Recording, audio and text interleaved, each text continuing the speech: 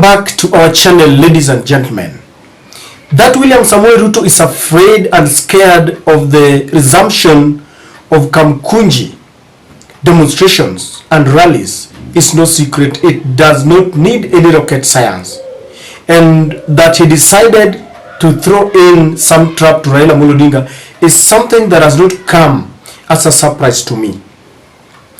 Raila jetted into the country and headed straight to the Kamkunji grounds, and the message was very clear that people are tired, Punda amechoka, and they want the government to drop this appetite for improper taxation.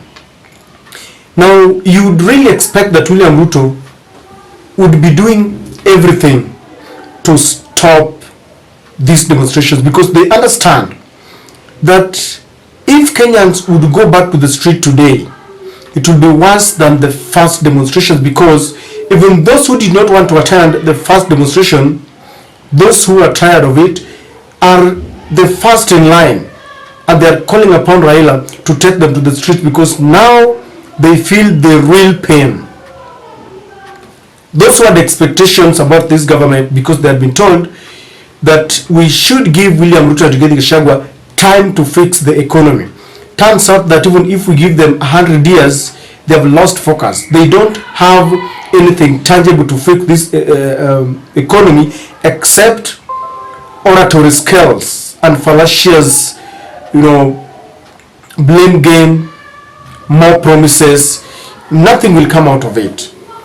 So William Ruto has decided to dangle a carrot again, and to make it even funny, it's not a new carrot this time round, the old tricks that he has always been using.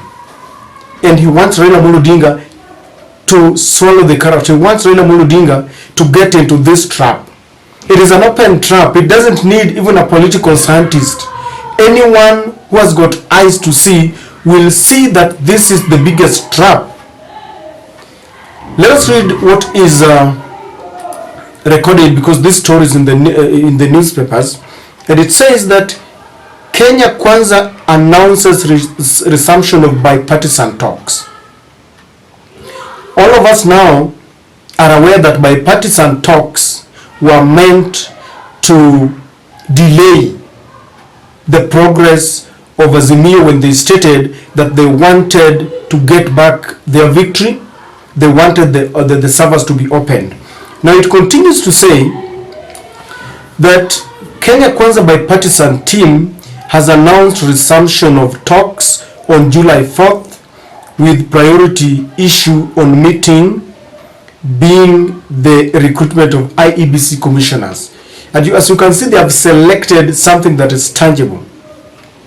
They also continue to say that co-chair George Murugara says the team has written to Azimio for talks.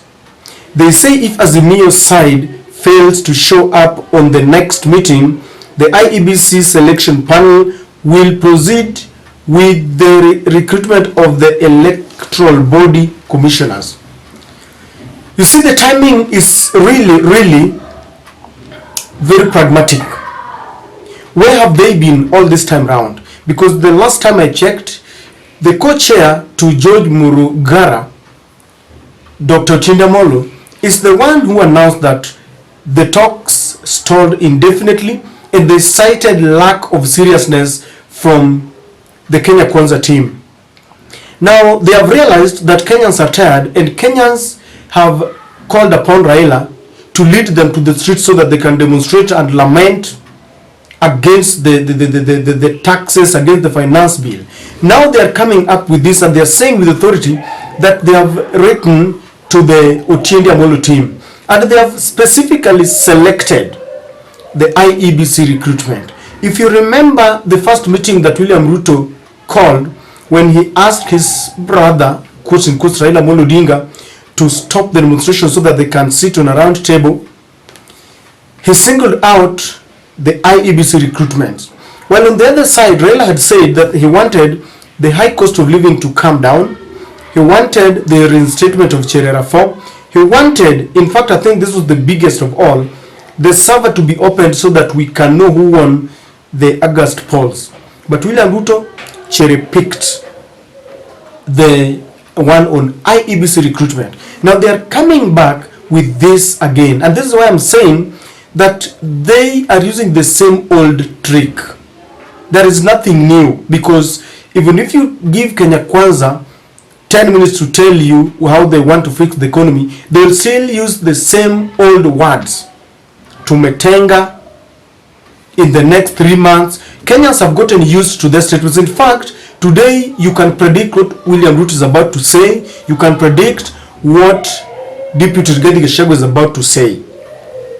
Will Raila fall into this trap? Because as I said earlier, this is too open for anyone to see that when they now realize that Raila has begun the demonstration, because today is just the beginning of one of the mother of all demonstrations, because Kenyans are tired.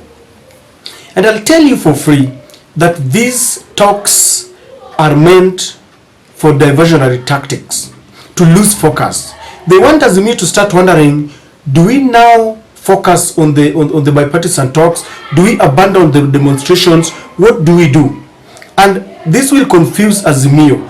They will be thinking, do we take both of them, the maandamanos and the talks at the same time? Which one do we take? And the more they become, you know, unfocused, then they will look for confused, and they will lose touch and trust between them and their followers. And this is something that they can easily achieve if Raila and the Azimio team falls into this trap.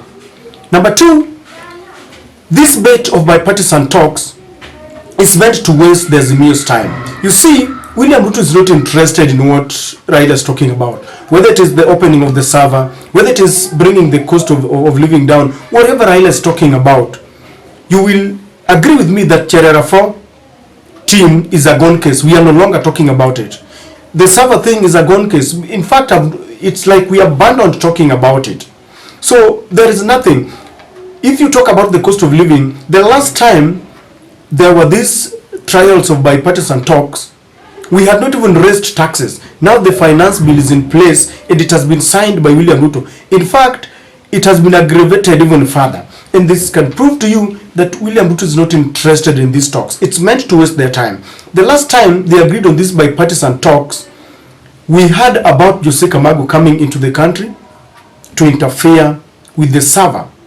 And this will give them time. You know, the more they waste Azimio's time, wao watakuwa wanajipanga to go on with their businesses as usual, because William Ruto has formed a government. Dealing with him on a round table is not really practical. There isn't any other government that has listened to the voices of the people by sitting on a round table. That is why the drafters of the constitution had envisaged that we have the freedom of picketing. So they want to waste time. And if Raila will allow himself, if Martha Karua, people like Wajakoya and Eugene Wamalo and Oparanya and all those, if they will allow themselves to be vulnerable, then I can assure you Kenyans are also watching and they know what is happening. Anytime Raila goes to the streets and they're about to reach the promised land, when we now feel that the government is choked, then Raila loses the tempo, relaxes his muscles. And this is one thing that William Ruto understands very well that Raila will fall into. I don't know what the Azimio feels, but from where I see it, if they try that, if there is one of the golden opportunities that Raila has ever had to deal with William Ruto, is this time round. Why? The people are ready. People are suffering. There is no food. There's a lot of hunger and unemployment and drought and insecurity. The people are just tired. And this government is just confused. They don't know what to say. They even keep on promising and forget what they had promised. So this is the time. If Raila decides to forgive William Ruto, it will be because of he doesn't want to deal with William Ruto as his people want. And the people have made a lot of noise and they're saying the cost of living is getting higher and higher. The last one, these bipartisan talks are meant to paint Raila Odinga in bad faith. This is the time, as I've always said, you will see the US coming in, diplomats coming in, William Ruto writing a letter to the diplomats and then the ambassadors and all these UN bodies that Raila wants to topple a government that was legitimately elected. And they will be telling Raila, if you have issues, why can't you sit down on talks? Why can't you sit down on a round table? And then if Raila refuses, they will be saying, you see, this man is only hell-bent in creating chaos because we are open to talks. Why are they open to talks now when the Azimio tried the much they could? And according to them, the only thing that they want to talk about is the IEBC recruitment, because they know whether you bring in new people, they will only have to catch one man, the chairman. And then they still have the whole of the Supreme Court, because that is where the biggest mess is. Sometimes when the IEBC has messed, all our hopes now rest with the Supreme Court. But they still have them. Everyone there. Unajua Supreme Court ni kama ile simba amelamba damu. They have been there before. So ladies and gentlemen, this is a trap that is coming in the wake of efforts when Kenyans have decided that this time round, Raila, we are behind you and we are going to make sure that we succeed. If it does not succeed, it is because Raila does not want. If it does not succeed, it is because the people do not want. And I want to say this, let this be about the people and not about Raila. I don't know what you think, but that is my take.